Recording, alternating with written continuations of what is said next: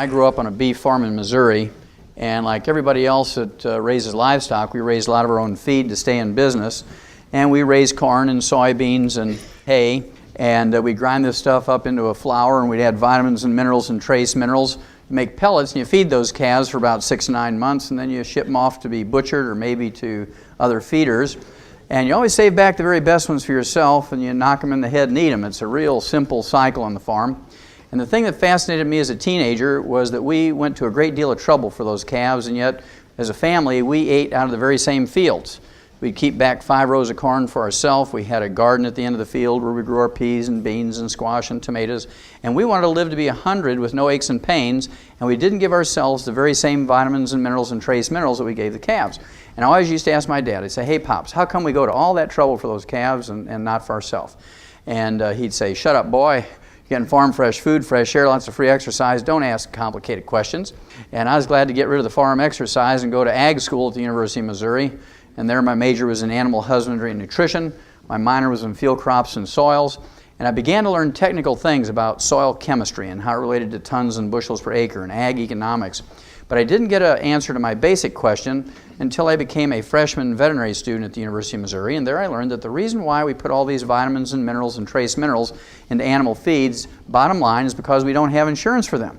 We don't have Blue Cross, Blue Shield, major medical hospitalization, Medicare, Medicaid, and if we were to use a human healthcare type of system for animals, it'd be sticker shock for you. Your hamburger would cost you $275 a pound, boneless, skinless chicken breast would be $450 a pound, dozen eggs would be $50 just to pay for the health care.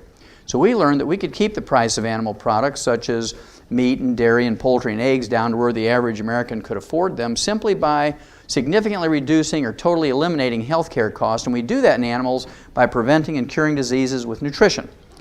Well, after graduating vet school, I went to Africa for a couple of years and got to work with Marlin Perkins from the old Mutual of Omaha Wild Kingdom days, and that was kind of a kick. Got to play Frank Buck, use a tranquilizer gun, tromp all over Central and South Africa for a couple of years. And then Marlin sent me a telegram and invited me back to the States. He'd gotten a $7.5 million grant from the National Institutes of Health, and this was more than 30 years ago, and this was to study pollution and ecology and the environment. And my job as the wildlife veterinarian on the project was to do autopsies of animals that died of natural causes in the big zoos around the United States. And I was supposed to identify or find a species of animals that was ultra-sensitive to pollution. And we're going to use that animal much like the old coal miners used to use canaries. You know how that goes. They take the canary down in the mine, and if methane gas or carbon monoxide were to leak in the mine, the canaries were more sensitive than the men and would drop off the perch and die, and long before the men were in danger of suffocating or blowing up. Well, to make a long story short, after some 12 plus years of working on this project, I had done some 17,500 autopsies in over 454 species of animals, plus 3,000 human beings for a comparison. And what I learned was that every animal and human being who dies of natural causes dies of a nutritional deficiency disease. And I got kind of excited about nutrition again, and I wrote 75 scientific papers on the subject, wrote chapters for 8 multi-author textbooks, actually contributed a textbook myself, 1,000 pages, 2,000 illustrations, and through the news releases that were in the big universities I worked with, I was on 2020. It was in 1,700 newspapers around the world through the UPI and AP Newswire services. And with all this public exposure and with all this scientific exposure, I couldn't get people who are in a position of authority, either in medical research or in politics, to get too concerned or interested in preventing and curing diseases in human beings with nutrition, just like we did in animals. Well, I got frustrated enough, I went back to school in Portland, Oregon, became a physician, and I practiced there for 12 years as a general family practitioner. And I sewed up chainsaw wounds, delivered babies, used everything that I'd learned in veterinary nutrition on my human patients, and it was no surprise to me that it worked just as well in people as it did in animals. Well, to get started, I always like to talk about longevity, and the human being has the genetic potential to live healthily, to be 120. I'm going to prove that to you in just a minute. Unfortunately, Americans do a lousy job when it comes to longevity. Our average lifespan in the United States is 75.5, about half what we're genetically capable of. In 1990, when the World Health Organization examined the top 32 industrialized nations on Earth, the United States came out 17th. There's actually 16 other countries whose peoples live longer than we do. We ranked 19th in healthfulness. That meant that there were 18 other countries whose peoples live longer than we do before they develop heart disease and cancer and diabetes and arthritis and osteoporosis. We ranked 23rd when it came to live births and first-year survivabilities of babies, and we ranked dead last, 32 out of 32, when it came to preventing birth defects. Now, what all this means is we have the highest priced healthcare system in the world, but not the best. It also means that we have the most envied healthcare system in the world, but not the best. We have the most technologically advanced healthcare system in the world, but not the best. Well, I had a good friend by the name of Christopher Bird for many, many years, over 20 years, and Chris was a best-selling author on books on organically grown food. He was an expert in this subject, and I was always trying to give him vitamins and minerals, and he refused to take them, and he'd tell me, Doc, I bring my own cooler, I don't eat any hotel food, I bring my own organically grown food, and so I don't need to take vitamins and minerals. Well, I was changing planes, again, in Atlanta, had an hour to kill, picked up the local newspaper, and guess whose obituary I found in the newspaper? Chris Bird. Of course, again, he was a best-selling author of books, The Secret Life of Plants, The Secrets of the Soil, and he died at age 68 from a ruptured aneurysm, a type of stroke, 7.5 years before the average American dies. And he led a pristine life, lived up in the mountains, had an organically grown garden, collected herbs, like Yule gibbons, and ate wild hickory nuts and all those kind of things. And because of his belief, he died of a copper deficiency. And I'll show you in a minute that copper deficiency causes ruptured aneurysms. And it's just a tragic thing that people have so much to give and die at less than half their genetic potential for longevity. A lot of people say to me, Doc, I don't need to take vitamins and minerals and trace minerals because I use herbs. Now, herbs are not nutrition. You have to understand that herbs are not nutrition. They are great plant medicines. They're safer. They're more economical, and in most cases are more effective than prescription medications that doctors will give you, but they're plant medicines. If you have diarrhea, they can tighten you up. If you have constipation, they can loosen you up. If you have hypertension or high blood pressure, they can bring it down. If you have a fever, they can bring it down. But don't expect to get enough calcium or selenium or boron or copper or vitamin A from herbs. Well, I've been doing biomedical research and clinical research in animals and human beings, and I can tell you no matter how you look at health and longevity, whether it be in animals or human beings, there's only really two concepts you have to deal with. Concept number one I refer to as avoid stepping on the landmines. This is where you don't want to throw away your healthy physical body wastefully. You don't want to smoke. Don't abuse alcohol. Don't do drugs. Don't jog down the highway at 2 o'clock in the morning wearing an all-black ninja suit. You're going to get hit by a truck mirror, right? Whenever a doctor says, here's our options, never say, Doc, whatever you say, you're the doctor. When a doctor says, here's our options, what you want to do is say, look, I want copies of all these records and tests, I want copies of the x-rays, and go visit 3 other doctors and 3 other hospitals. You want to talk to 12 of their living patients that had gone through this procedure. Talk to them, see if you really want to do this. I mean, you do this for your driveway and your roof and your fence and your yard and all that kind of stuff. Why not for your own physical body? That's concept number one. Now that you've avoided the landmines, you're in a good position to do all the positive things that you need to do to go on to live to be over 100. Basically, what you want to do is take all the essential nutrients, 60, that's 60 minerals, 16 vitamins, 12 essential amino acids, and 3 essential fatty acids. And they're called essential nutrients for 2 reasons. Number 1, your body cannot manufacture them. You must consume these every day, either as food or as supplements. Number 2, if any one of these essential nutrients is missing for a couple of months, a couple of years, you get on the average 10 deficiency diseases. You have everything to gain, nothing to lose by supplementing properly. Well, the medical profession, of course, has this malignant dumb belief that you can get everything you need from your 4 food groups. My favorite article of all time in the press was April 6, 1992, Time magazine, cover article, The Real Power of Vitamins. New research shows it may help fight cancer, heart disease, and the ravages of aging. 6 positive pages. If you haven't read it, I'd urge you to go to a public library, school library, dig it out and read it. There was only one negative sentence, and as you might guess, it was offered by a medical doctor who was actually contacted by the writer of the article, said, what do you think about vitamins and minerals and trace minerals as supplements for human nutrition? Here's what he said, quote, popping vitamins doesn't do you any good, sniffs Dr. Victor Herbert, a professor of medicine at New York City's Mount Sinai Medical School. We get all the vitamins we need in our diets, and taking supplements just gives you expensive urine, unquote. Now, Missouri translation of that is, you're just peeing away your money. You might as well wad up your dollars, throw them in a toilet, and flush them away. You can get everything you need from your 4 food groups, is what he's trying to say. Well, I'd rather pee out 50 cents or $1 a day worth of excess vitamins and minerals. That's cheap insurance. Think about it. How much money you spend for coffee or soft drinks or newspapers and that kind of stuff every day. 50 cents to $1 a day to maintain and repair your body. And it's kind of fascinating that most people don't do it. Just remember, when you pay that doctor out of your own pocket or indirectly through insurance or indirectly through taxes and Medicare, Medicaid, not a single penny of that goes to better understand, manage, treat, prevent, or cure catastrophic diseases in kids, breast cancer in women, prostate cancer in men. Now, a lot of people ask me, why did you call your original tape Dead Doctors Don't Lie? Well, Well, that's because I believe for a long time, because I'd done medical research for over 20 years in large medical research institutes, medical schools, the various laboratories, and I always had a belief in the medical system, but I was very disappointed when I learned that doctors don't know the most about health and longevity. Doctors don't know the most about disease.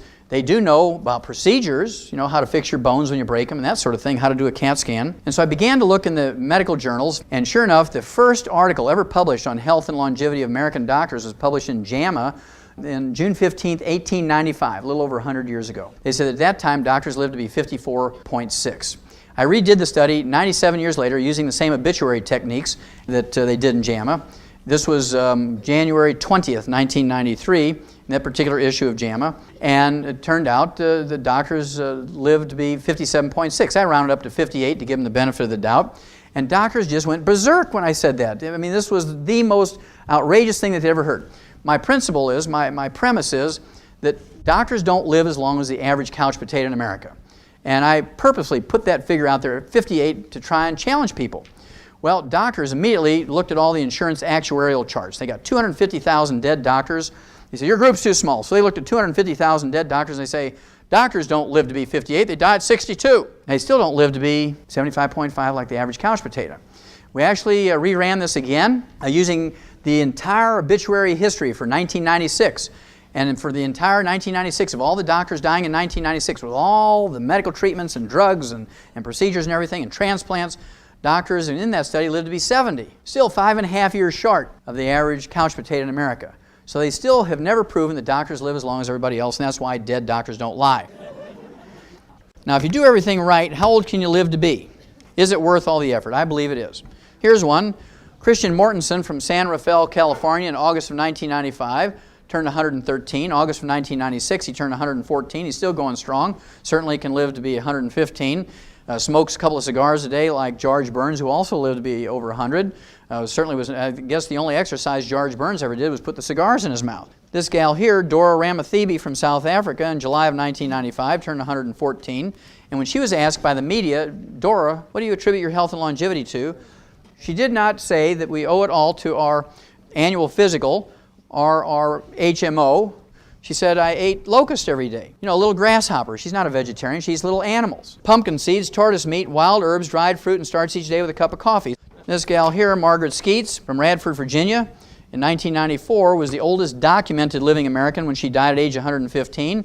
Fell over and fractured her hip. 3 weeks later, she was dead from complications of osteoporosis, a simple calcium deficiency, and we'll talk more about this in a minute. Unfortunately, this is not unusual. 75% of all Americans over the age of 65 who fracture a hip or major leg bone don't live 90 days. They die of pneumonia, pulmonary embolism, stroke, and other complications of that fracture. Susie Brunson, according to her family, in December of 1994, was the oldest American when she died at age 123. And they based their claim on her birth date, December 25th, 1870, which is recorded in the family Bible. And this fellow here, Francisco Barrasanueva Chaparina, October 1995. He was from a little town outside of Bogota, Colombia, turned 125. When he was asked by the media, Francisco, what do you attribute your health and longevity to? He said, well, I drink a gallon of goat's milk every day. Also, it's kind of fascinating in his birthday announcement. This is not an obituary, this is a birthday announcement. Said that over 40 years ago, his physicians told him he only had a couple of months to live, so he had his sons build him a coffin. And he's been waking up every morning for more than 40 years, sitting by that coffin waiting to die. Good nighttime comes, he goes to bed, wakes up the next morning, sits by the coffin, waits to die. Now, he's still going strong, and all the doctors who told him that more than 40 years ago are long since dead. Now, this fellow here, Hamoudi El Abdullah from Syria, died at age 133, and he was still fathering children after the age of 100. He remarried for the 4th time when he was age 80. Fathered 4 boys, 5 girls, 9 children after the age of 80 with the same wife. And you add up the pregnancies and the breastfeeding, the time in between pregnancies, he was still fathering children after the age of 100. Now this very next one is my very, very favorite. This gal, Mazumi Dusti from Iran, according to the Rocky Mountain News Wire Services out of Denver and the Iranian News Agency, this was January of 1995. She died at age 161. Now, you have to give a certain amount of credibility to this obituary report that she died at age 161 because she was survived by 6 living children ranging in age from 120 to 128. They hadn't even left home to go to college yet. Now, her oldest son, Gholam, said his mother had never visited a doctor nor taken any chemical medications during her life, did take a few herbs. So if you kind of think about it, every one of these people who live to be over 100, 120, 130, 160, these people are not from the United States or Canada or Germany or England. Kind of interesting, isn't it? Most of them are from third world countries. They're furthest away from medical help, and they live to be old. So that we're beginning to collect information here. The last one we want to look at, the National Geographic Society, a very respected group of people, scientists and so forth, and support groups for science, comes out with a monthly magazine, the National Geographic magazine, of course. And they, in January of 1973, came out with a nifty special issue on longevity. They looked at cultures whose people live to be 120, and they documented the oldest living human being that they could find based on their criteria. This fellow, by the name of Sherali Mizmulov from Azerbaijan, a little country just south of Russian Georgia in western Russia today, they documented him as being 167 years old. Remember, this is the National Geographic Society, not the National Enquirer. 167 years of age, and they had a half-page picture of him actually harvesting tea leaves in a tea plantation, still working 8 hours a day, 6 days a week when he's 167. 5 months later, May of 1973, Sherali Mizmulov turns 168, goes out and hoes the garden for reporters to show how vigorous he is. Now, for at least 50, maybe 70 years, medical doctors in America have been poo-pooing the idea that you could live well beyond 100. You know, people who lived 115, 120, they were 1 in 6 billion. It wasn't something that everybody could look forward to. And anybody who tried to teach people how to live to be 110, 120, 140 were considered charlatans and quacks and taking advantage of older people. I was glad to see this come out. This was a news article in the USA Today newspaper in October of 2000. And it was based on an article in the journal Science, a very respectable journal. And what they said was, forget 100, try living past 120. Humans possess a maximum life expectancy longer than 120 years, which has been the long theorized medical limit. In fact, lifespans appear to be increasing over time with no end in sight. Now, the cute part of this is, now that there's no doubt about it, everybody agrees that human beings, including Americans, have the genetic capacity to live well beyond 120. Doctors want to take credit for it. The things that have actually increased our longevity from 45 average lifespan in 1895 to 75.5 today, which is an increase of about 30 and a half years, are sewers and good clean water. Public health things. We don't have cholera and leptospirosis and tuberculosis in our food supply and our water supply anymore. We have meat inspection, we have public waterworks and things, we have sewers. These are the things that have extended our lifespan. Then there's this salt thing. You know, whether you believe it or not, this medical dogma has really caused a lot of problems in America. How many of you have ever heard that using a salt shaker is bad? You're going to get hypertension, right? You're going to get heart disease and stroke. What's the first thing that a good farmer puts out for his livestock? A salt blocker, a salt lick, isn't it? There's nobody out in the pasture telling a cow she's limited to 1 lick a day. I refuse to believe that my human patients are dumber than a cow. Say, look, go ahead and pick up a salt shaker and you're going to see that lightning won't strike you. You can go ahead and salt your food to taste, you can salt your body, nothing bad is going to happen. And 98% of my patients love it. They bring me hundreds of new patients every month who want to use salt and not feel guilty about it. And 2% of the bean counters, they say, now Wallach, we love you and respect you. We have this high-priced cardiologist that says you're flying in the face of all the weight of medical evidence. You can't tell people that they can use a salt shaker because you're going to kill them with high blood pressure and heart disease and stroke. And I've been vindicated in this belief. This was actually a study that was published in the New York Times, May 22nd, 1996. And this study was abstracted from JAMA, the Journal of the American Medical Association, the most prestigious medical journal in the world, according to themselves. Now, in this particular journal, a Dr. Alexander Gordon Logan, who's an epidemiologist and cardiologist on the teaching staff of the medical school at the University of Toronto up in Canada, and he took 56 existing studies on hypertension or high blood pressure and restriction of salt, combined the data from these 56 studies, which included 3,505 people. He threw away all the conclusions and reevaluated the larger group. And what he found out was this. If you have normal blood pressure and you restrict salt, it will not prevent you from getting heart disease or high blood pressure. If you have hypertension or high blood pressure and you restrict salt, 97% of those with high blood pressure or hypertension who restrict salt will not get any measurable benefit. 97% will not get any measurable benefit. 0. 2 to 5% get measurable benefit, but it's not significant. They're only able to reduce their blood pressure by 3.7 millimeters of mercury. So here's what Dr. Alexander Gordon Logan said in JAMA, May 22nd, 1996. He said, you might as well go ahead and salt your food to taste. It's a meaningless exercise. Don't get paranoid about salt. It has nothing to do with blood pressure problems. There has never been one single iota of proof that restricting salt has any benefit. It's just one of those medical myths, he called it, but I'm going to call it a medical caca. Now, if it's not salt, what causes high blood pressure? Well, it's not salt, first of all, because salt is an essential nutrient. It has a combination of sodium and chloride, both of which you need. And according to the American Heart Association, the minimum daily requirement for a 150-pound person for salt each day is a heaping teaspoon, 6 to 9 grams of salt a day. Now, the Japanese who live longer than we do, the Japanese who live 4.1 years longer than we do and have half the cancer rate, they eat 12 grams of salt a day.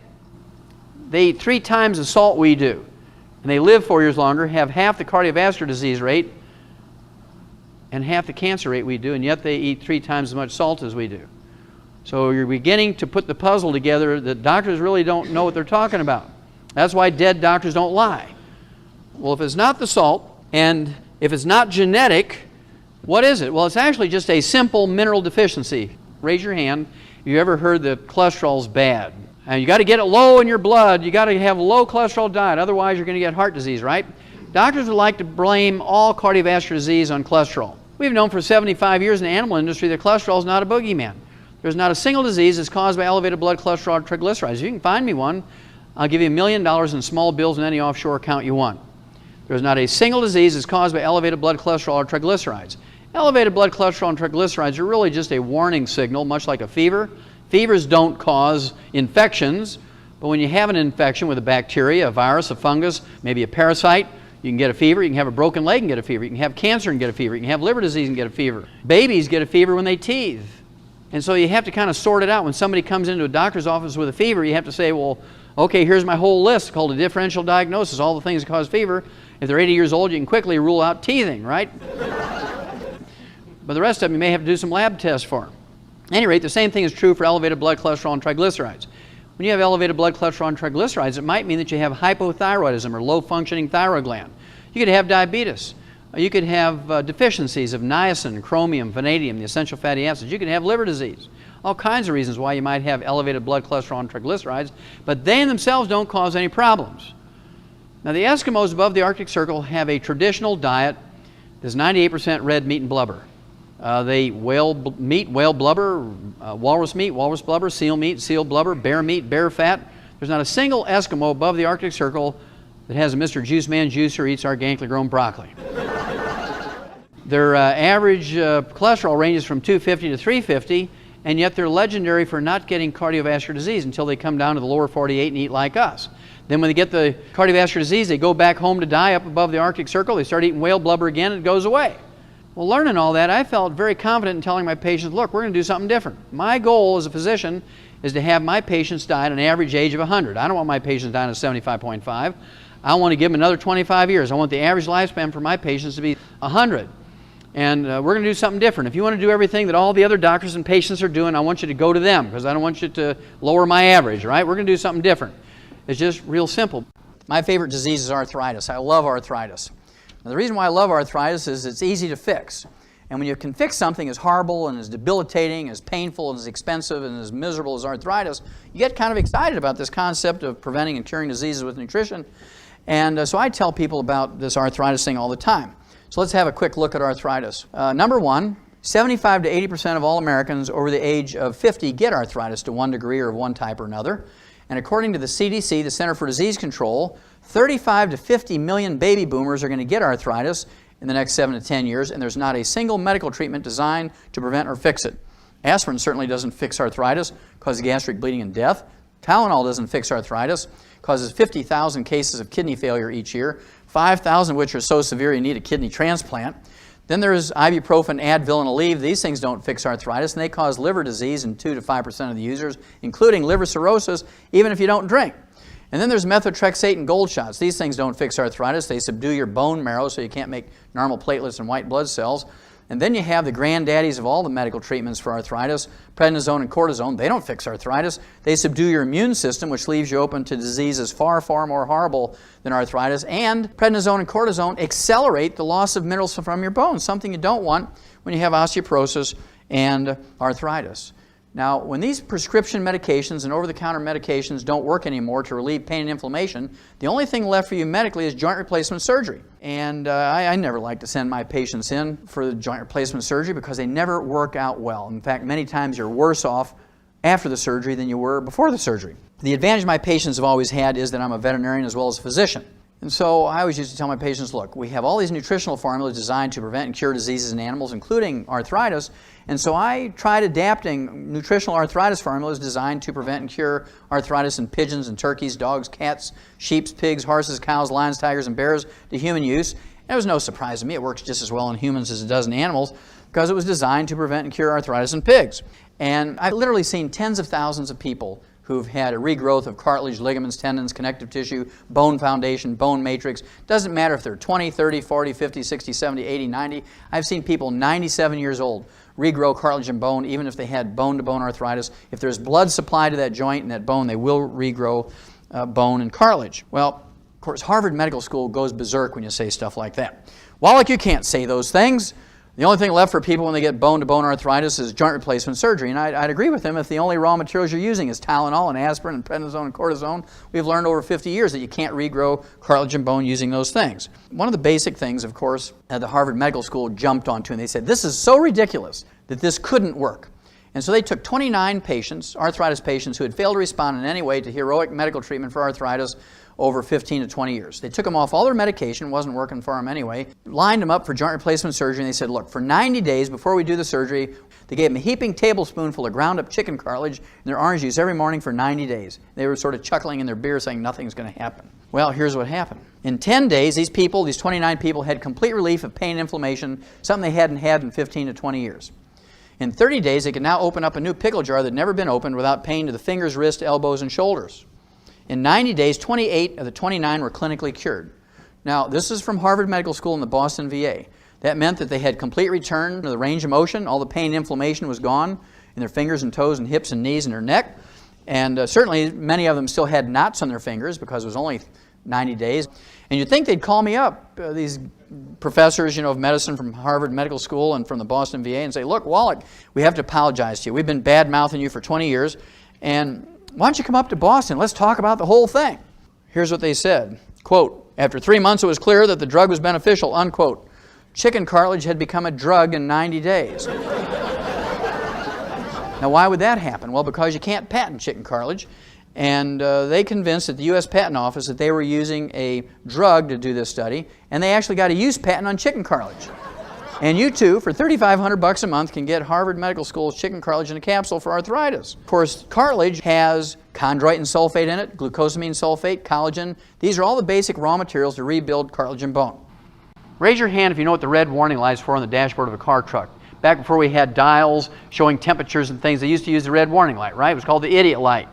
And when that red warning light came on, it meant that your engine was heating up. You didn't have enough coolant or oil, or maybe you broke a fan belt or split a radiator hose. And a reasonable person would pull the vehicle, car, or truck over the side of the road and deal with the problem so you didn't burn the engine up. Even a Mercedes would burn up if you didn't have enough coolant and oil and a fan belt and a radiator hose. Then, of course, the village idiot, that's why they call it the village idiot light or the idiot light, they'd be driving along, they'd see that red warning light come on. They say, I don't have time to deal with this. So they whip out their pliers, they cut the wire to the red warning light, and they keep on driving. Now, even a Mercedes will burn up if it doesn't have oil, coolant, a fan belt, and a radiator hose, right? And so you really have to be the village idiot to do that. Nobody in their right mind would do that to their vehicle. How many of you know what pain is for? Raise your hand if you know what pain is for. That's pretty good. Most of you know that. Pain is the red warning light for your body. When you get pain in your foot, your ankle, your leg, your knee, your hip, your back, your shoulders, elbows, wrists, and fingers, your body's saying, don't use those joints, don't use those bones, don't use those muscles until you fix them. It's absolutely criminal for a doctor to write you a prescription for a pain reliever, an anti-inflammatory or muscle relaxant, or any of those combinations without rebuilding the bones and the joints and the cartilage at the same time. If they just give you a pain reliever, just give you an anti-inflammatory and or a muscle relaxant without rebuilding the joints and the bones at the same time, all they're doing is cutting the wire of the red warning light. You're going to wear those bones and joints and cartilage out faster and faster and faster. It's actually a negative to be taking painkillers and anti-inflammatories without rebuilding the joints and the bones at the same time. The reason why I say no carbonated drinks, and I've been doing that since 1964, is because carbonated drinks actually will neutralize your stomach acid And you cannot efficiently absorb minerals, digest protein, or absorb vitamin B12 without stomach acid. You have to have stomach acid, like battery acid. Doctors have the criminal belief that you don't need stomach acid, and they give you all these drugs to get rid of your stomach acid, antacids, and they give you drugs to stop producing stomach acid, right? They don't want you to have stomach acid. Absolutely criminal. You can't digest food and absorb food without stomach acid. I know most of you knew that carbonated drinks neutralize stomach acid. If you remember back 25, 50, 75 years ago, when somebody would ask their doctor to say, look, I overate a Thanksgiving dinner, and I have heartburn and indigestion. What do I do? And that was before they had Zantac. They say, well, take some 7-Up, drink some ginger ale, drink some club soda, take some sparkling water, because the carbonation will neutralize your stomach acid and give you some relief, and it would. Now, if you do that 3 times a year, drink a carbonated drink 3 times a year for Thanksgiving and Christmas and Easter because you overeat during those holidays, that's okay. You're going to survive. But when you're drinking 2, 3, 4, 5, 6, 8, 10 carbonated drinks a day, you're not going to survive. Because over the long haul, you will not be able to absorb the nutrients. You're going to get some horrible combination of terrible diseases. This came out June of 2000. And this is a Harvard study on 460 junior high school girls in 9th and 10th grade. And what they found out was that those junior high school girls who drank 1 non-cola carbonated drink every day, they increased their risk of fractures and osteoporosis as a teenager by 300%. They found out that if they drank 1 carbonated cola drink, a cola carbonated drink every day, they increased the risk of fractures and osteoporosis as a teenager by 500%. Now, do you think that this is more dangerous for teenagers or adults? It's much more dangerous for adults because you only have 25% bone matrix and you're very, very slow to recover. Where teenagers have 40% bone matrix and they can recover in a week's time. We learned in 1957 from a turkey study where they took 250,000 turkeys and they put them on a complete turkey pellet trying to get them to finish for market within a few days or a week or so of each other. And in the first 13 weeks, fully half of them, 125,000 of them died. Farmers were out there every morning. They picked them up every morning by the bushel basketful, took them to the state diagnostic lab to see what they died from. When they opened them up, every one of them had died of a ruptured aortic aneurysm. And one of the clever pathologists says that's got to be due to a copper deficiency because copper is required to manufacture the elastic fibers of arteries and skin and other tissues, and the mechanism of an aneurysm is identical to the mechanism of a balloon on a weakened wall of a tire. You know when you hit a chuck hole with your tire and you break the cords, the internal pressure blows a balloon, you overload that tire with weight or heat it up on a highway, it blows out. Same way with an aneurysm. When you have a copper deficiency, you get a breakdown of the elastic fibers in that artery, the internal pressure, even normal blood pressure will blow a balloon in that artery, and a balloon in an artery is called an aneurysm. And of course, if it's in a strategic place like the brain, the carotid artery, the coronary arteries, the large arteries, the aorta, pulmonary artery, renal arteries, they blow out, you die suddenly, just like you've been shot. Well, they got excited about this. They doubled the amount of copper in these pellets. The next year they tried to raise 500,000 turkeys, and they did not lose a single one from a ruptured aneurysm. They went from a 50% loss to a 0% loss just by adding a little bit of copper to those pellets. So they said, well, maybe the same thing is true for humans. And in 1958, they started looking at copper deficiency in various species of animals and humans, and here's what they found out. The very first symptom of copper deficiency is white, gray, and silver hair. Copper is required as a cofactor to manufacture hair pigment. Doesn't matter if it's blonde, red, brown, or black hair. And I see a lot of copper deficiency in this room. I can almost tell you which people, men and women who have colored their hair, get pretty good at that, as being a physician. And you don't want to be like a medical doctor and just treat the symptoms. If you're just coloring your hair, you're treating the symptoms. You need to do the basic thing of take some colloidal copper. And if you don't, what's going to happen is you get a breakdown of the elastic fibers in your skin, and you start getting crow's feet around the corners of your eyes and your mouth. Parts of your anatomy begin to sag, and you know you're in trouble when your doctor tells you, look, I've got a golf buddy down the hall who's a plastic surgeon. For $10,000, he'll make you look 20 years younger. But you don't need a facelift, a booby lift, a tummy tuck, or a derriere lift. All you need is some copper, and everything will come back up just like you have a hydraulic jack under it. It'll just come right back up. Those elastic fibers tighten right up. People say, Francine, did you get a facelift? You look great. You look like you're 20 years younger. Now, if you don't take some action at that point, the next thing that happens is you get a breakdown of the elastic fibers in the large veins of your legs, and you get varicose veins. You don't take action at that point, you get a breakdown of the elastic fibers in the large veins of your exhaust pipe, and you get hemorrhoids. So if you have hemorrhoids, varicose veins, things that sag, wrinkles, white, gray, or silver hair, the odds are you have aneurysms developing in you somewhere. And you don't want to, of course, die suddenly of a ruptured aneurysm when your body's been warning you for 10, 20, 30 years. Just remember, people don't die suddenly of an aneurysm. It may be you drop and die. Think about old Albert Einstein. He died of a ruptured aortic aneurysm at 68 years of age. What color was his hair? He was famous for wild white hair, wasn't he? Now, you'd like to think that people who win the Nobel Prize in medicine would at least live to be 75.5, but they live to be 58 just like other doctors. And, of course, that's because they are trained and they believe and they practice. You can get everything you need from your 4 food groups. Doesn't matter if they win the Nobel Prize or not. This guy here, Dr. George Kohler, was the youngest person ever to win the Nobel Prize in medicine in history. 37 years old, wins the Nobel Prize in medicine, and he won the Nobel Prize in medicine for studying monoclonal antibodies, which are antibodies trained to attack cancer cells. And if they ever get this really working, it'll be great because they won't have to use chemotherapy anymore, which kills more people than it saves. 11 years after winning the Nobel Prize in medicine, Dr. George Kohler, now 48, drops dead of a cardiomyopathy heart attack because he believed you can get everything you need from your 4 food groups. Didn't take any selenium, died of a cardiomyopathy heart attack.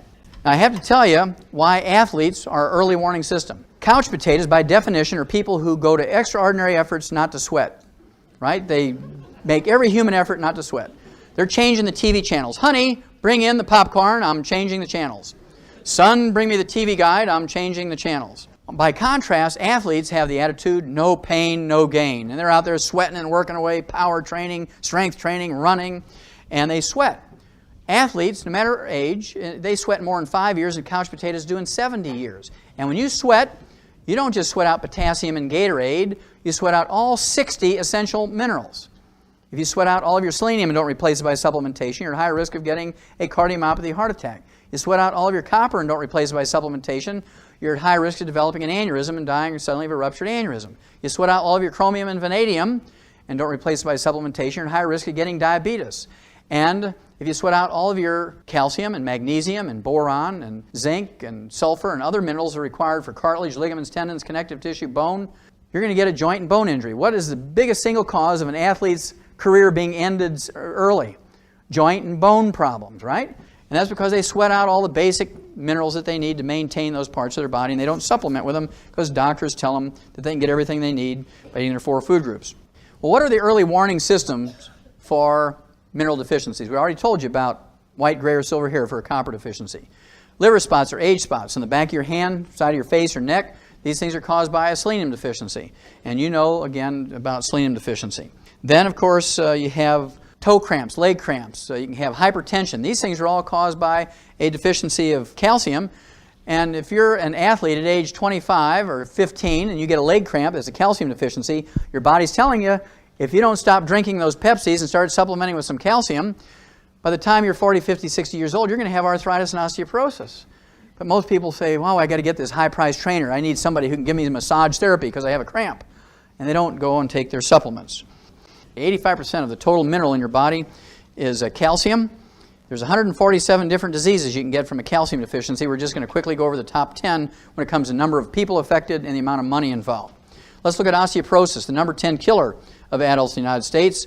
Remember, 75% of those over age 65 who fracture a hip or a major leg bone don't live 90 days. Also, it's the most horrible disease when it comes to human misery and dollars expended. Osteoporosis, think of the special vans and the lift gates and the ramps and the elevators, the special plumbing in homes and public buildings, special parking places, wheelchairs and walkers and canes. Think of the beds and the chairs that are little electric motors that lift you up when you can't stand up by yourself. Physical therapists, joint replacement surgeries, pharmaceuticals, doctor's visits. We're talking billions and billions of dollars for nothing more than a calcium deficiency disease. Now, as horrible as a disease as osteoporosis is in human beings, we don't have osteoporosis in animals because we don't have Blue Cross Blue Shield, major medical hospitalization, Medicare and Medicaid to pay for nonsensical surgical treatments for a mineral deficiency. We've learned that by putting animals who are weaned off their mother's milk on calcium, as soon as they're weaned, they won't get arthritis and osteoporosis. It's amazing how that works. Receding gums. Dentists and dental hygienists will tell you to floss and brush after every meal. If you believe that works, I have some oceanfront property in Montana to sell you. If you have receding gums, periodontitis, gingivitis, pyorrhea, loose teeth, bridges and plates, you actually have osteoporosis of the facial bones and the jaw bones. We don't get receding gums in animals, even though they don't floss or brush. That's because we've taken care of the osteoporosis problem in animals. Arthritis. 85% of all arthritis is called wear and tear arthritis. Osteoarthritis, degenerative arthritis, ankylosing spondylitis. These things are nothing more than osteoporosis of the joint ends of the bones. Hypertension, high blood pressure, as you've learned, has nothing to do with salt or salt restriction. 85% of hypertension not related to kidney disease, which is most of them, not related to kidney disease, is in fact a calcium deficiency. Insomnia is not a deficiency of sleeping pills, Halcion or barbiturates, it's a deficiency of calcium. Kidney stones, bone spurs, heel spurs, and calcium deposits. Again, the medical profession has a malignant dumb belief that these things are due to too much calcium in your diet, tell you to give up calcium, when in fact you only get kidney stones, bone spurs, heel spurs, and calcium deposits when you have raging osteoporosis. You actually need more calcium, more magnesium, not less. Cramps and twitches. Raise your hand. How many of you have ever had a toe cramp, foot cramp, leg cramp in your life? Sure. That's the first symptom of a calcium deficiency that most people recognize. So if you've ever had that sometime in your life, you've had a calcium deficiency. Then you have PMS. The University of California at San Diego came out and said that 85% of the emotional and physical stuff of PMS can be relieved, eliminated, and cured. They use the cure word by taking 3 times the RDA of calcium. Low back pain has nothing to do with disc problems. I know you've heard of people, maybe even yourself, have had a disc surgery for back pain. And after the surgery, you still had the pain, maybe even worse, because back pain is not caused by disc problems. If you have a disc problem, you can have numbness and tingling, maybe even paralysis if it's very severe, but disc problems do not cause pain. We learned in 1957 in animals that we could prevent and cure adult onset diabetes with 2 trace minerals, chromium and vanadium. In 1985, the medical school at the University of Vancouver, British Columbia, up in Canada, came out and said that trace mineral vanadium alone could replace insulin in adult onset diabetics. Science Diet dog food has 40 minerals in it. Always has chromium, vanadium, lithium, and selenium. Ralston Purina laboratory rat pellets has 28 minerals. Always contains chromium, vanadium, lithium, and selenium. I'll give anybody in this room a crisp new $100 bill if you can find me a human infant formula off the shelf of a grocery store that has more than 12 minerals in it. None of them contain chromium, vanadium, or lithium. Only one, well, 2 actually, Prozoibe and Infamil, I believe, has 12 because they put in the selenium. The rest of them don't. They have 11, 10, 9, or 8 minerals. Our dogs get 40 minerals, our rats get 28, and our kids get 12 or less. You don't have to be a research scientist to realize why our kids are now getting all these horrible diseases that used to occur in people in their 60s, 70s, and 80s. All these diseases that doctors are wondering, is this genetic? These kids shouldn't have this till they're 60. Well, that's because they couldn't get it out of their little can of stuff. If it's not in the can, they don't get it. Again, we need nutrients, 16 minerals, 16 vitamins, 12 essential amino acids, 3 essential fatty acids. And fortunately, over the thousands of years that human beings have been around, we haven't had to think much about this because our food plants, our grains, vegetables, fruits, and nuts take carbon dioxide out of the air and manufacture long carbon chains, many of which are vitamins, amino acids, and fatty acids. And this is where this medical caca came from, that you can get everything you need from your 4 food groups. Because they say, well, plants, grains, fruits, vegetables, and nuts can manufacture vitamins, amino acids, and fatty acids. But we've tried this experiment for 200 years. Americans have eaten better than anybody else in the world. We've had the best quality food in the world over anybody else. And yet, we only live to be 75.5. We don't set any health or longevity records. So if you want to live to be over 100, can't get it from eating your 4 food groups. You can live to be 75.5. You may live 10 years older, 10 years younger, but on the average, 75.5. So if you want to live to be over 100, you do have to supplement with vitamins, amino acids, and fatty acids. There's 3 types of minerals that you have to concern yourself with. First of all, there's metallic minerals. These are things like oyster shell, eggshell, limestone, coral calcium, seabed minerals, clays of various types. Tums is a popular one with doctors. Lactates, gluconates, citrates, oxides, sulfates, carbonates. These are nothing but ground-up rocks. We're not designed to eat ground-up rocks. Nobody can show you where humans or animals are designed to eat ground-up rocks. We're designed to get our minerals by eating plants, grains, vegetables, fruits, and nuts. And as a result, plant-derived minerals are absorbable, more absorbable than chelated, more absorbable than the elemental or metallic minerals. Plant-derived minerals are liquid. They're very small particle size. They're 7,000 times smaller than a red blood cell. This is the way they're stored in your cells and are moved around in plant vascular systems and human vascular systems in the liquid plant-derived form. They're negatively charged. I don't know all of the physics and the chemistry. It's one of the basic features of a colloidal mineral. It's negatively charged. These 3 factors together give you absorbability. Now, the way it's supposed to be is our food plants, our grains, vegetables, fruits, and nuts, take the elemental or metallic minerals out of the soil, convert them to minerals for their own use, for their own metabolism and biochemistry, and then animals and people eat these plants that are enriched with minerals. That's how we're designed to get our minerals. Unfortunately, we have several problems here. For 100 years, we've used a simple fertilizer known as NPK. We put in 3 nutrients into the soil when we need 60 minerals. We put those 3 nutrients in the soil for maximum yields per ton and bushel per acre. Then, of course, we have to understand that plants cannot manufacture minerals. If they're not in the soil, they're not in the plants. Plants only have minerals in them if they're in the soil. Plants cannot manufacture minerals. Over 90 years at least, we've been deficient in our soils in America, and as a result, our food is deficient, and as a result, the crops, the grains, fruits, vegetables, and nuts that are grown there are minerally deficient, and as a result, the animals and people who eat these minerally deficient crops get mineral deficiency diseases, and the only way to prevent and cure them is with mineral supplements.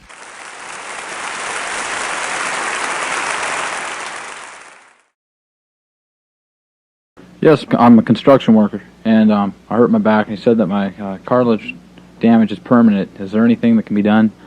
Well, first of all, how old are you? I'm 28 years old. And what do you normally take for fluid replacement when you're working out in construction? What do you drink during the day? Water, Gatorade. You don't drink any soft drinks? Yes, I do. Okay, because normally construction workers drink a couple of liters of Pepsi a day, right? Yeah, I can probably put down a liter pretty easy. And did you take any vitamins or minerals while we were working in construction? Just recently started. Well, when you were in construction, prior to the back problems? Nothing. Yeah, a lot of construction workers will tell me, well, Doc, if it ain't in the Pepsi, I don't get it, right? And so you're a perfect candidate for the pig arthritis formula plus the EFA. You need all 90 essential nutrients, and give up the bad things. Give up the soft drinks and the iced tea and the lemonades, and give up the fried foods and the margarines.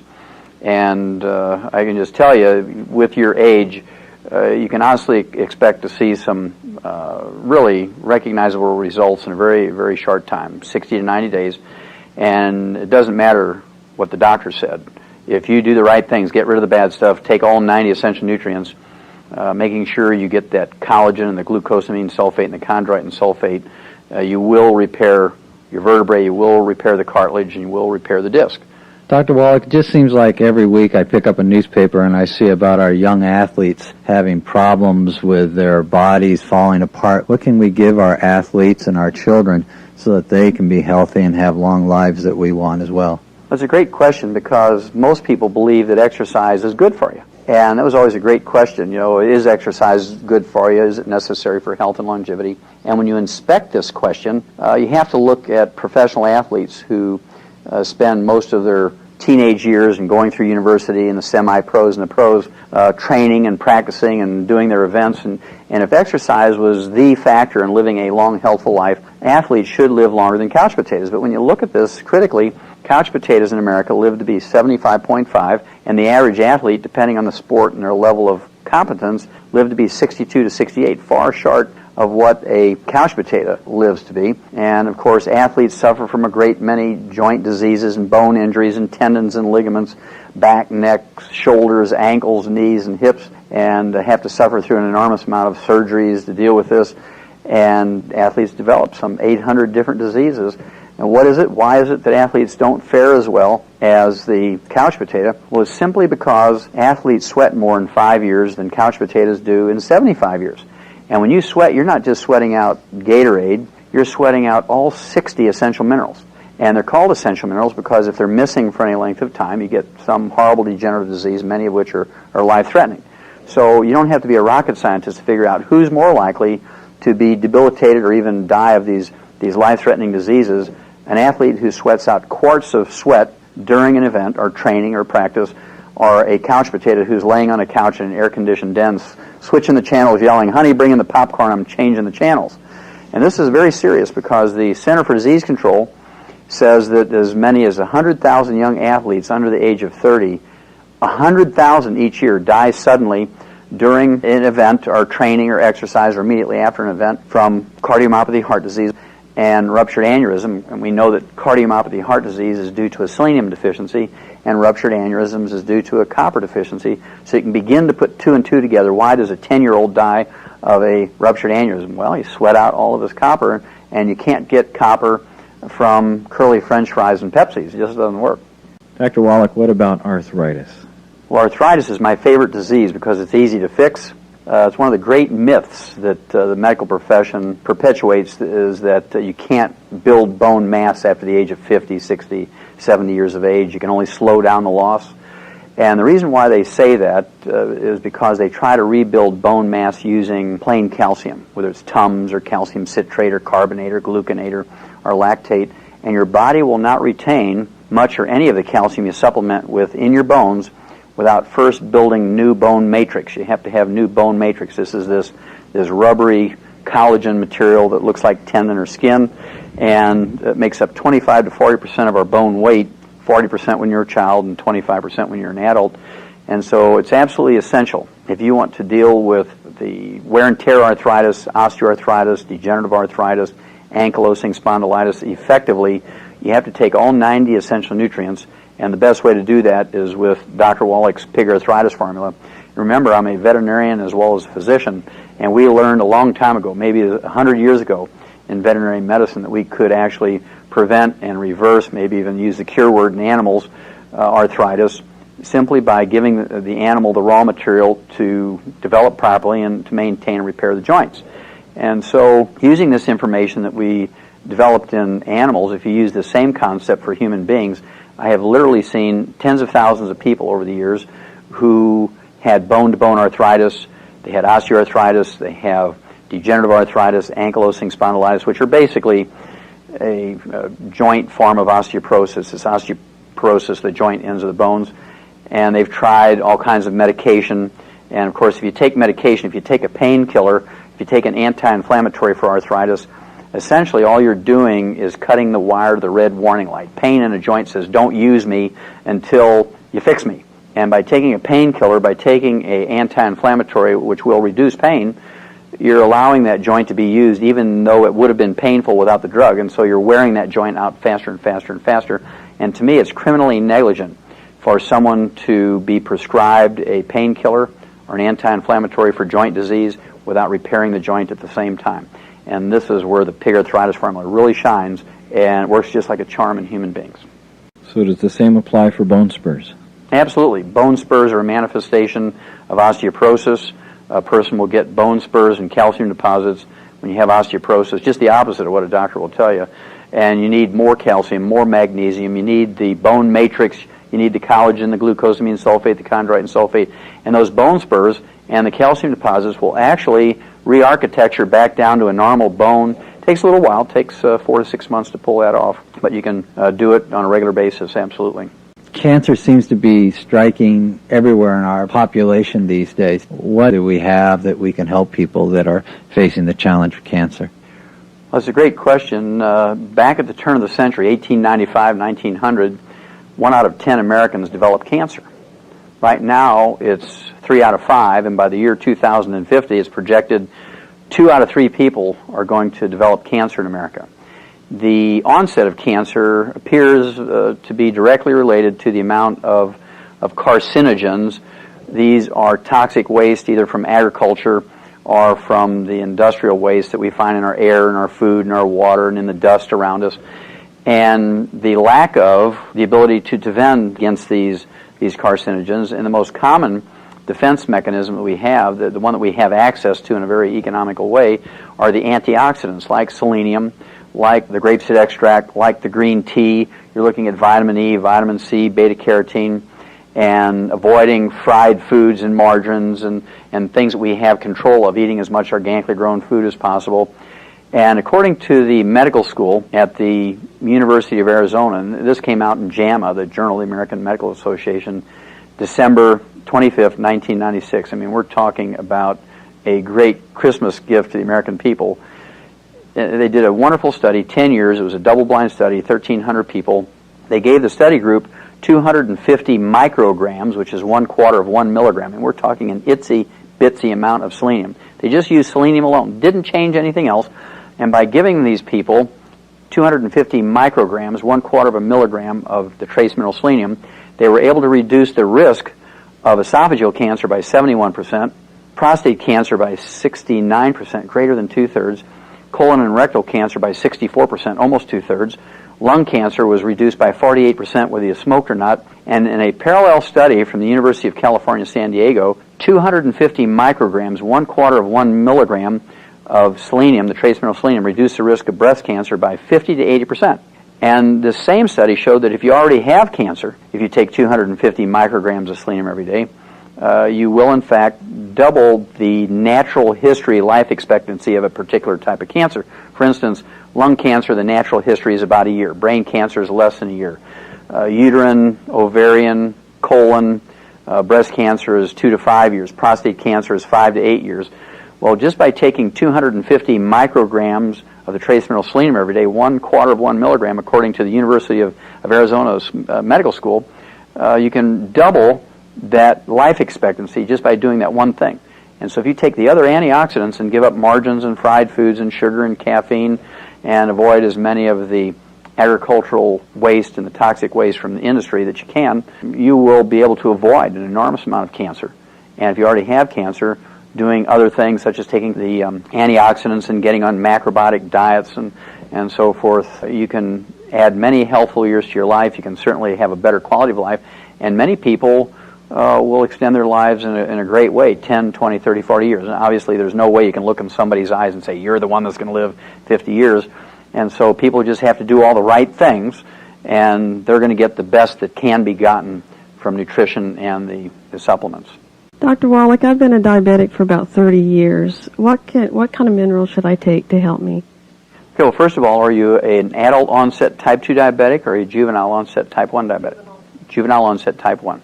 You are insulin dependent because the definition of a juvenile onset type 1 diabetic is that you do not make any insulin, and so you will never be able to wean off of insulin. You will always have to take some insulin. But there are 2 trace minerals, chromium and vanadium, that will make the insulin that you supplement yourself with very efficient. And most people who are juvenile onset type 1 diabetics are able to reduce the amount of insulin they require to stabilize their blood sugar by supplementing with the chromium and vanadium. Normally, a person learns how to adjust their insulin by taking their blood sugar once or twice or 3 times a day. And so you're taught how to adjust your insulin intake.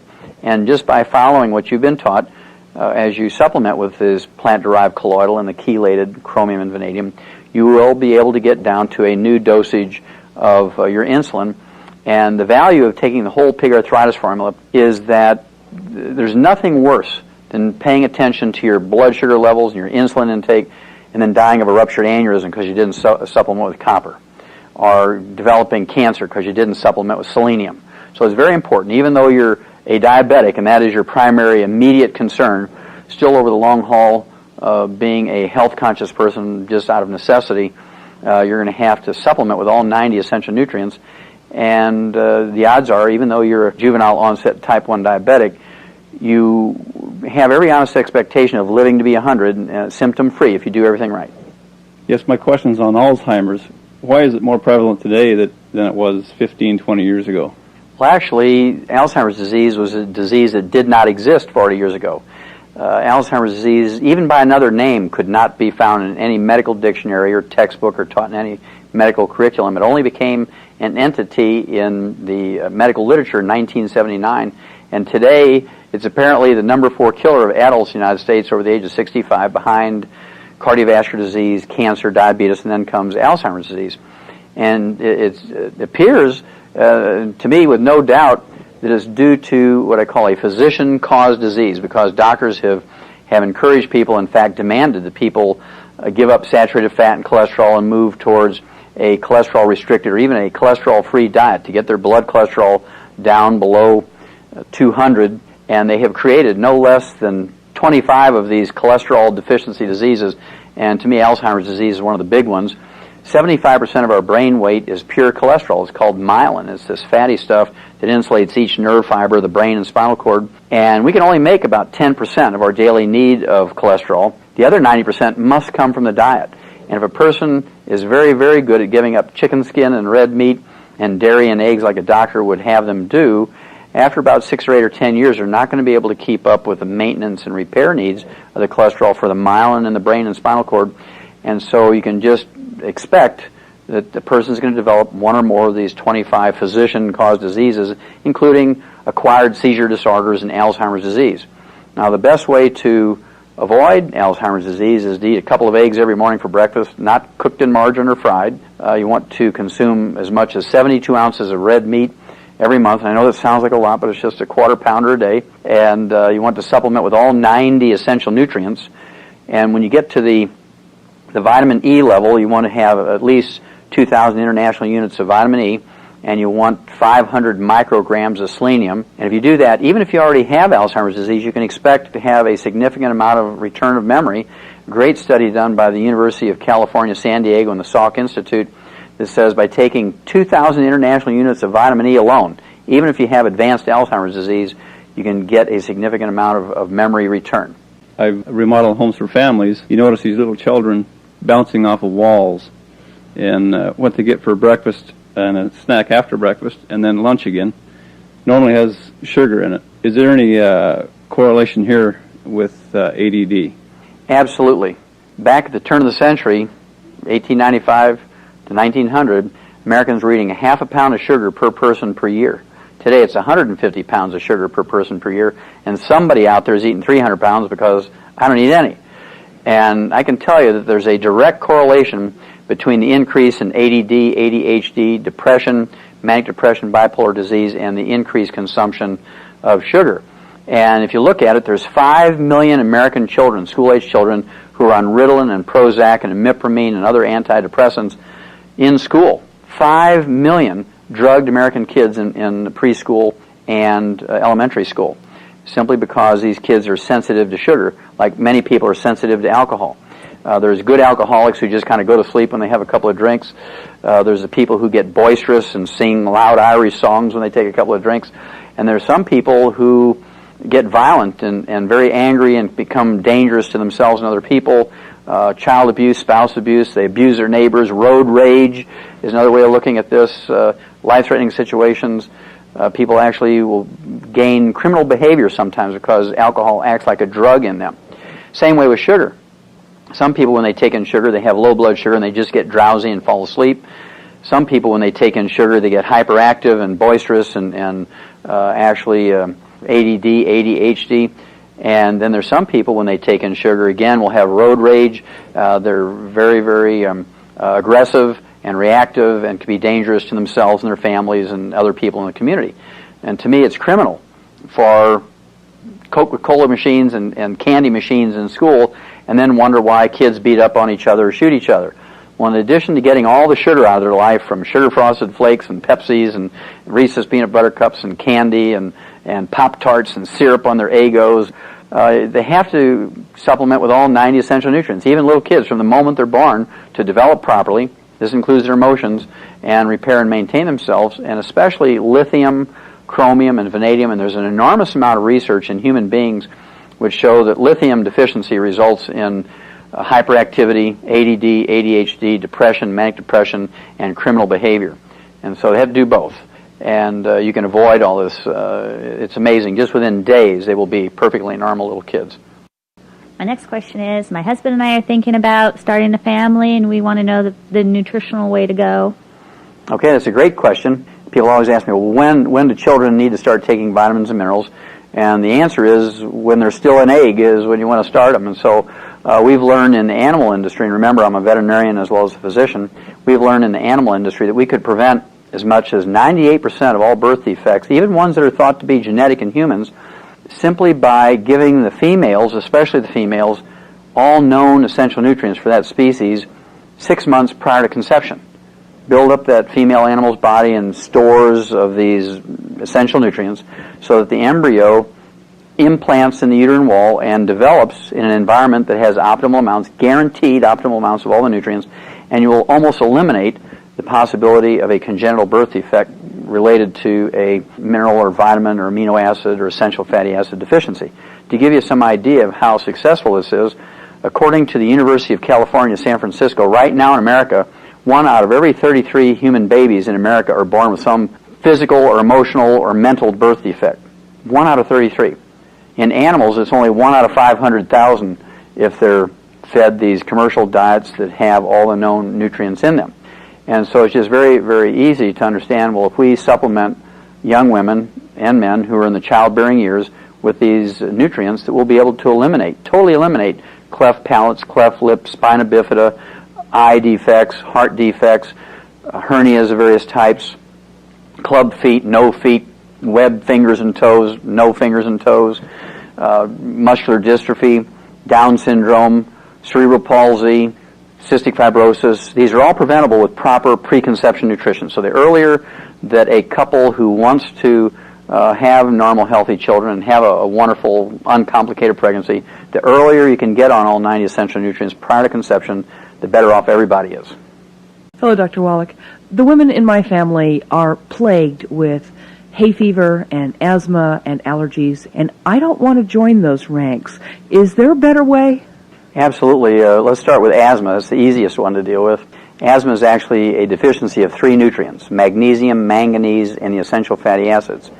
And by taking the pig arthritis formula twice a day, you're going to get the optimal amounts of the plant-derived colloidal and the chelated magnesium and manganese. And then by taking the minimum daily requirement, the 9 grams of the essential fatty acids, and those 3 nutrients together, the magnesium, manganese, and the essential fatty acids, will allow you to produce what's called prostaglandins. Prostaglandins are little short-lived hormones that last in your bloodstream 30 seconds, 60 seconds, and your body is continuously making them, kind of rapid fire.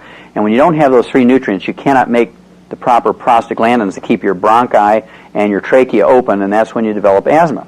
And it's very common when people take all 90 essential nutrients, including the magnesium and manganese and the essential fatty acids, within weeks or months, the tightness, this constant tightness in their chest, is significantly reduced or maybe even totally relieved. The frequency and the severity of their asthma attacks is reduced.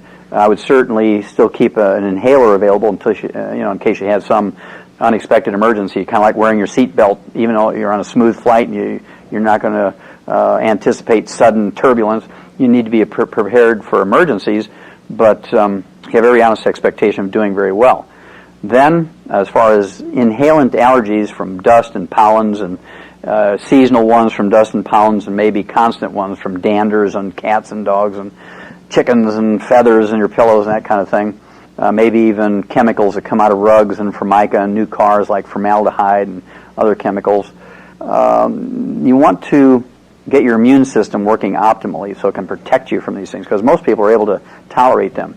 And what happens is when your immune system doesn't have enough nutrition to function optimally, you become a victim of these things assaulting you all the time.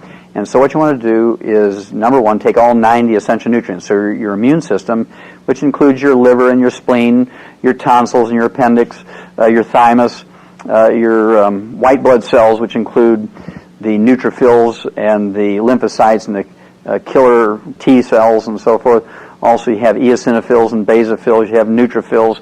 All of these white blood cells, you have albumins and globulins, which are the immune proteins. You have antibodies themselves.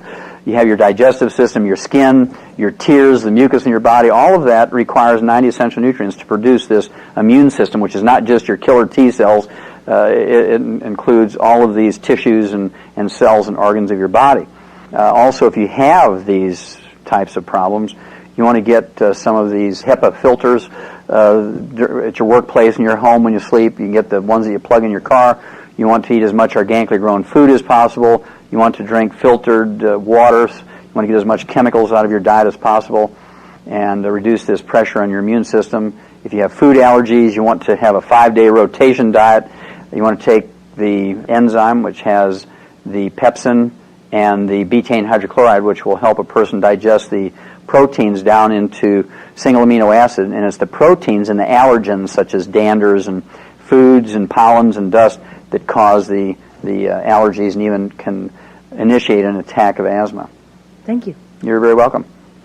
Is it possible that you can take too much? Well, it's a great question, because people are concerned about overdosing with vitamins and minerals. The general answer is that if you look at the medical profession, according to the Center for Disease Control, Harvard Medical School, the U.S. News and World Report, Ralph Nader, Sidney Wolf, Rand Corporation, and many, many other well-respected institutions, they say that doctors kill 150,000 to 300,000 Americans each year in hospitals alone as a result of medical negligence. Doctors injure 1.3 million Americans each year in hospitals alone as a result of medical negligence. And doctors infect 2 million Americans alone in hospitals as a result of medical negligence, for a total of 3.5 million casualties inflicted on the American public each year in hospitals just as a result of medical negligence. On the other side of this picture, there's not a single person who's overdosed in vitamins and minerals and trace minerals to the point where they have to be hospitalized or anything bad happen. And so when you compare the safety of vitamins and minerals and trace minerals and compared with standard medical procedures, it's enormously safe. And that's why I'm so excited about nutrition and the pig arthritis formula and the plant-derived colloidal minerals, and that's the direction I'd go. Dr. Wallach, my 16-year-old daughter has been diagnosed with fibromyalgia. What can you do for her? Well, it's actually an easy one. We eliminated fibromyalgia in animals in 1957. And in sheep, it was called stiff lamb disease, and also in sheep and calves and foals, which are baby horses, and chickens and turkeys, and any other animal that was raised for meat. The disease is caused by a deficiency of 3 nutrients: the trace mineral selenium, vitamin E, and the sulfur-bearing amino acid methionine. And there's 2 things you have to do to deal with fibromyalgia. Number 1, eliminate the free radicals and the trans fatty acids that actually initiate damage to the muscle and cause a scarring of the muscle tissue, which is very painful, even normal muscle movement. And you can understand why they call it stiff lamb disease if you have fibromyalgia. First of all, you eliminate fried foods such as fried potatoes, which are, teenagers live on fried potatoes, right? So you have to eliminate fried potatoes, fried chicken, fish, shrimp, fried eggs, tempura, stir fry, anything fried, all margarine, salad dressings with oils in them have to be eliminated. And then again, the pig arthritis formula is perfect because it has optimal amounts of the trace mineral selenium in both the plant-derived colloidal and the chelated form. It has optimal amounts of vitamin E and the sulfur-bearing amino acid methionine.